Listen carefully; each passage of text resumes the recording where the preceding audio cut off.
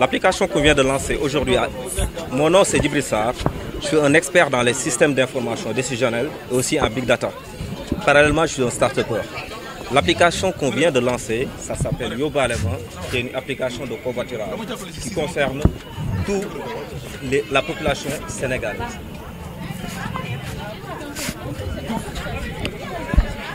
L'application, ça permet de mettre en relation les passagers et des conducteurs. Elle est configurée de 3 types de covoiturage. Ce qu'on appelle type de covoiturage court distance, par exemple, on quitte Almadi pour aller à Yoff. Le covoiturage longue distance, on quitte Dakar pour aller à Touba. Oui, plus que ça. Non seulement ça permet de partager les frais, parce qu'il y a beaucoup de conducteurs qui roulent à vide. Alors que derrière, avec l'application, ça permet de mettre en relation les conducteurs et les passagers, éviter de rouler à vide, ce qui contribue aussi à ce qu'on appelle l'éco-responsable, le développement durable, parce qu'il y a beaucoup de pollution. En d'autres termes aussi, ça permet de diminuer les embouteillages. Est-ce qu'il y a des critères pour accéder surtout avec les chefs de Des critères, en fait, comme on dit, le covoiturage, c'est une notion de partage de frais. Okay? C'est accessible à tout le monde. Mais bien avant, il faut que le conducteur dispose de certains critères. Ce qu'on appelle une assurance valide, un permis valide, et aussi respecter les chartes qu'on a préétablies, quasiment qui est conforme à la législation. En période de Magal, est-ce que vous êtes préparé du point de vue juridique? Parce qu'au Sénégal, le covoiturage n'est pas dans les dispositifs. Justement, on y travaille. Mais quand on est dans le but de partage de frais, je pense qu'il n'y a pas de problème là-dessus. Après, c'est à creuser. C'est ce que Babacar avait soulevé tout à l'heure. On est dans ce qu'on appelle une économie disruptive. C'est un bouleversement, un changement. Et ça, à chaque pays où ce type d'innovation est maintenu en œuvre, il y a des législations qui vont aller en ce sens-là. En période de Magal et de Gamou, là-dessus, justement là-dessus, tout ça en fait, la surfacturation, quand on en parle, c'est parce qu'il n'y a plus, c'est entre l'offre et la demande. Là-dessus, ça permet de très tôt d'avoir un conducteur qui permet de te ramener à la destination prévue. Et je pense que ça va beaucoup aider aussi pour cette surfacturation. On sait que votre cœur de métier, c'est la mise en relation dans cette affaire. Mais qu'est-ce que vous y gagnez? Comment vous rentabilisez cette affaire-là? Actuellement, on est dans un mode freelance. Au fur et à mesure que l'application évolue, on va évoluer dans ce sens-là. Pour le moment, vous gagnez rien. Non. C'est la promotion, quoi. Promotion. Je vais ajouter une petite chose. Promotion. On peut le dire comme ça. Le mobile money, pour digitaliser l'application, pour éviter le cash en espèces. Tout ça, en fait, dans les deux sens, ça va permettre de sécuriser le conducteur et les clients en même temps. Même si actuellement, il y a ce qu'on appelle la double authentification pour vérifier l'identité du conducteur et ainsi que du passager. En dehors du transport, il y a le secteur de la santé. Vous allez pris en compte. Oui, il y a le secteur de la santé, il y a le secteur aussi, toujours dans le domaine de la logistique, tout ce qui est e-livraison. On est en train de travailler là-dessus. Est-ce que du côté de la santé, comment ça va marcher quand on sait qu'il y a beaucoup de problèmes dans le milieu des hôpitaux et autres? Justement l'idée, je ne peux pas vous dévoiler plus de détails. Justement, c'est ce type de problématique-là qui permet de mettre en œuvre une solution. On ne peut pas mettre une solution s'il n'y a pas de problème. C'est dans ce sens-là, en fait. C'est ça qui nous passionne. Le projet que nous lancé, c'est de Yobalema. Application boo xamante ne day tax chauffeur bi, conducteur bi ak client bi ñu mettre leen en relation pour client bi mun a gis facilement un conducteur, mu permettre aussi conducteur bi mu mën a trouver client rapidement. Naka lay jaar chauffeur bi day télécharger application inscrire ba pare respecter charte yu tëral ci application bi su ko télécharger mu définir adresse de départ am ak adresse d'arrivée am ak heure bu muy bëgg a dem bu ko neexee sax mu préciser heure bu muy ñibbiwaat client bi de son côté su bëggee jógee par exemple benn ville Thiès bugg a dem Dakar day définir adresse de départ am adresse d'arrivée am ak heure bu mu bëgg a demee su cliquer rechercher un travail dina gis liste chauffeur yoo xamante ni ñoo méngoog ak destination ak siège libre nombre de sièges libres ak frais de transport bi su ko defee mun na ko choisir. mooy critère pour chauffeur jëfandikoo il faut que mu am un permis valide assurance valide ak charte boo xamante ni tëral nañ ko pour respecter client bi ak yenn type de juridiction yu ñu def. charte boobu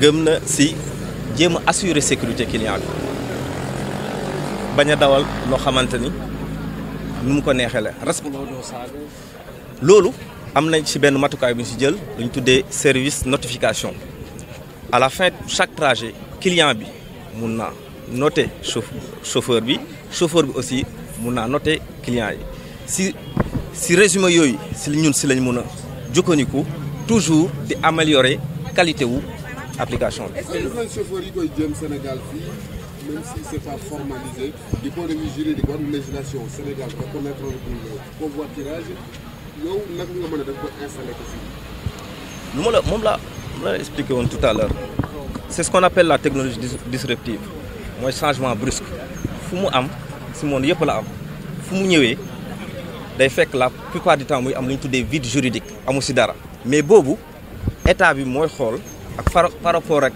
évolution population ñu xool nan la ñu tëralee pour satisfaire problème transport urbain. mais est-ce que yaakaar ngeen ni dina doon ñu bëri seen jàng soriwul. te yaa ngi wax ay dugg ko fu nekk nga daal di koy bës. loolu du def. man informaticien la mais lu ma gisee ni chauffeurs yi ak sénégalais yi nu ñuy utiliser yenn application yi sax man daf may yéem te application bi am na lu ñu tuddee user friendly mooy facile d'utilisation nit ku nekk soo ko téléchargé lu mu lay laaj moom la yeneen application yi di laaj donc amul lenn lu si changé ak application bi dina tax passagers yi à l'avance ñu mën a xam conducteurs yu disponible dans ce cas foofu surfacturation mënta am parce que ñële am nañ déjà lu répondre demande bu ñu soxla woon te dinañ mën a am choix wu conducteur.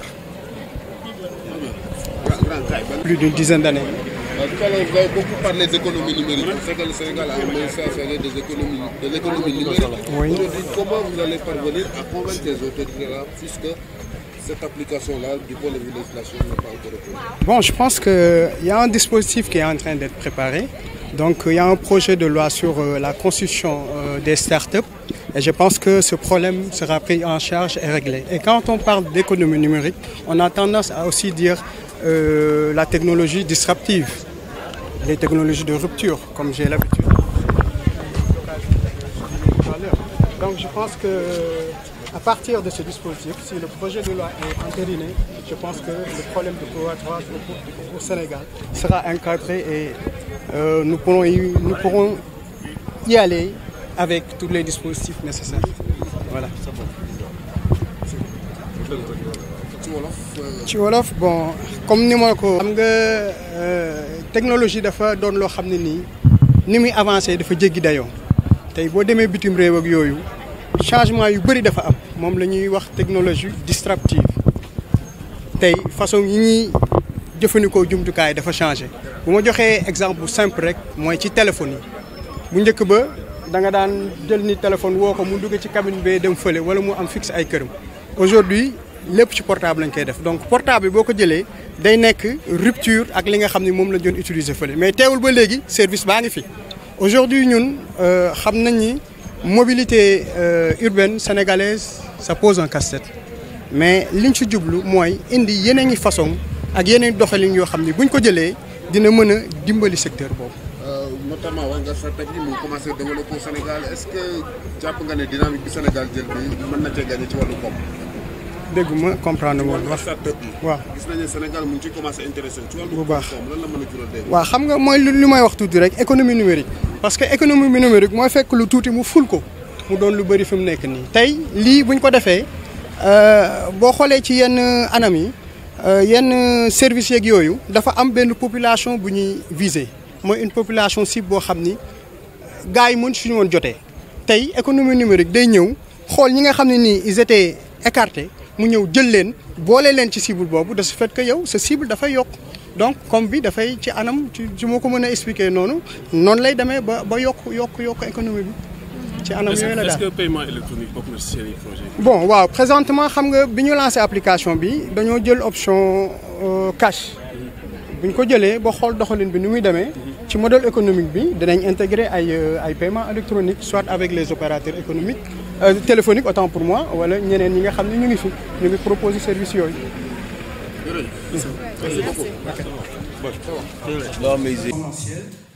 Corrélé à une urbanisation informelle, un accroissement des activités industrielles, commerciales, entre autres. À cela s'ajoute l'usage des taxis clandestins qui font partie intégrante de l'offre du transport urbain et se positionnent comme une alternative pertinente face aux difficultés de congestion routière, et bien qu'il ne soit régi par aucune autorité compétente.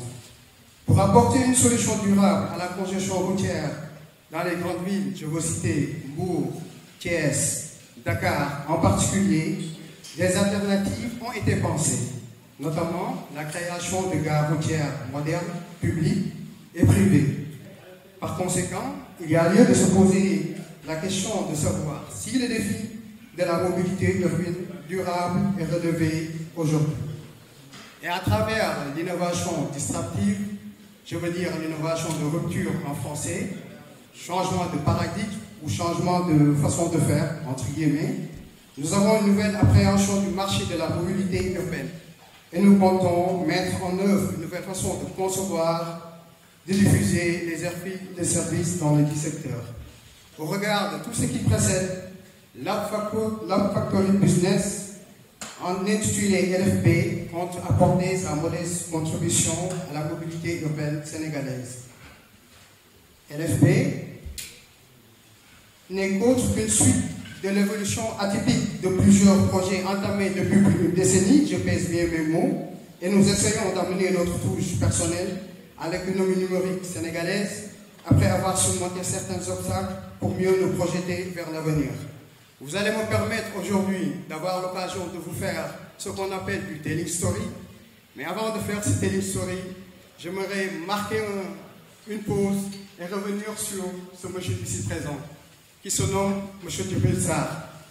Une personne dévouée à la tâche, un Sénégalais hors pair, je dirais, parce que pour l'avoir fréquenté pendant des décennies, et je sais qu'il pouvait tranquillement être à l'extérieur, gagner dignement sa vie, et ne pas se soucier aujourd'hui des problèmes des Sénégalais. Mais durant 10 ans, il s'entête à vouloir faire transiter ces technologies qui existent au niveau de l'extérieur pour les amener ici au niveau du Sénégal. Donc voilà, c'est un expert en business intelligence, big data. Il a eu à travailler au niveau de la France, il a eu à travailler aussi au niveau de la Suisse, dans les cantons de Genève et de Lausanne. Il a eu à travailler au niveau de IBM comme consultant en business analytique, au niveau de la SNCF, au niveau du Crédit Agricole, au niveau de GRB et au niveau de l'Occitante et pas mal de grandes structures françaises. Donc voilà, M. Djibril, je vais vous donner la parole. Comme ça, il va vous faire un petit telling story, vous raconter ce qu'on a pu endurer durant ces 10 dernières années. Et pour toi, ton esprit d'équipe et les idées fluctuantes que tu nous as fournies. Si on est arrivé ici, c'est un travail équipe, c'est un travail en équipe. Voilà, mais ça, oui. Je pense que Babacar présenté na la moom nag ma wax leen ni que moom tàmmul wax Babacar mooy waxkat bi Djibi machine la gën a xam mais dinaa leen présenter Djibi aussi. Et il y a une double formation informatique et finance. Djibi Sarr est un architecte en entreprise, performance, management.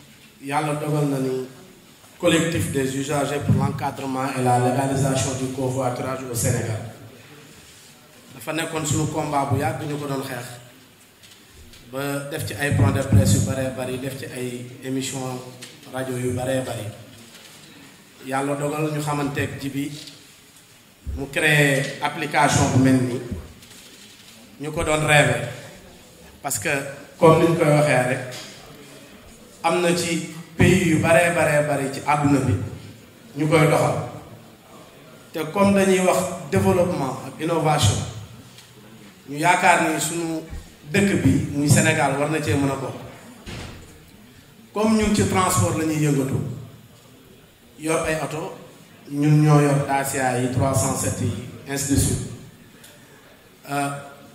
ñu sonal ñu lool comme ni ngeen ko xamee te yaakaar naa ne ñu bari ñu nekk ci salle bi bu ñuy voyager peut-être di dem Dakar wala Mbour wala Touba ci oto yooyu la ñuy dugg te ñu nekk ci ay jafe-jafe ci wàllu transport au Sénégal ndax ñi nga xamante ni ñoo ngànk transport bi au Sénégal bëgguñu développer wu ci sens boobu ndax àdduna buy dox il faut nit ñi di dox di ànd ak moom moo waral ñu organiser wu pour créer collectif bi pour nit ñi mën a tukki ci jàmm ak salaam mooy la ñuy wax ci tranquillité ak rapidité ak confort parce que képp kuy voyage yi soxla loolu ndax dañu nekk ci jamono joo xamante ni àdduna bi dafay dox nit bu njëkk pour mu voyage dafa daan dem gare routière dugg ci oto yi ñuy tuddee 7 places wala ay car te yooyu yëpp fi mu ne nii dafa nekk en état de vétusté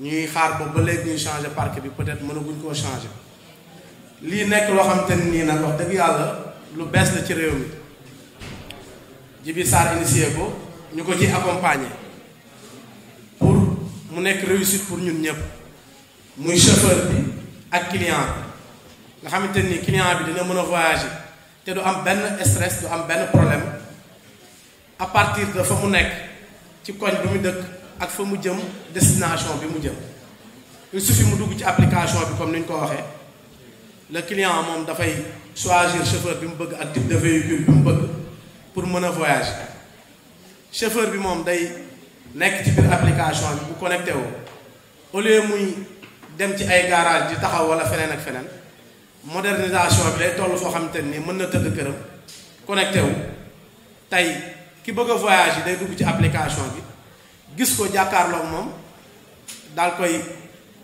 woo wala mu connecté wu bind ko message wax ak moom ne ko damaa bëgg a dem heure bi nga posté muy 6 heures du matin damaa bëgg a dem Dakar par exemple fekk chauffeur bi posté na loolu ñu mën a ànd tukki ci jàmm ak salaam kon application bi dafa nekk loo xamante ne nii ñun ñi nga xamante ne nii ñooy chauffeur yi yor oto yi lu ñu arrangé la parce que oto yi ñu yor pour l'instant amagul licence de transport pour mën a def transport te dëgg-dëgg réew mi soxla na ko parce que li ñuy def fi mu ne nii servir population bi la ndax nit ñi am nañ ay jafe-jafe tukki yu baree bari ci réew mi pour dem fu mel ni Dakar pour dem fu mel ni Mbour pour dem fu mel ni Touba Tivaouane Ngaye ñi koy servir toujours mooy oto yi ñu xam muy Dacia yi 307 ak 308 yi actuellement ñoo yor transport bi di ko doxal kon innovation de taille bu mel nii bu ñëwee ci ñun dañ koy vraiment saluer di ko bokk ak Djibi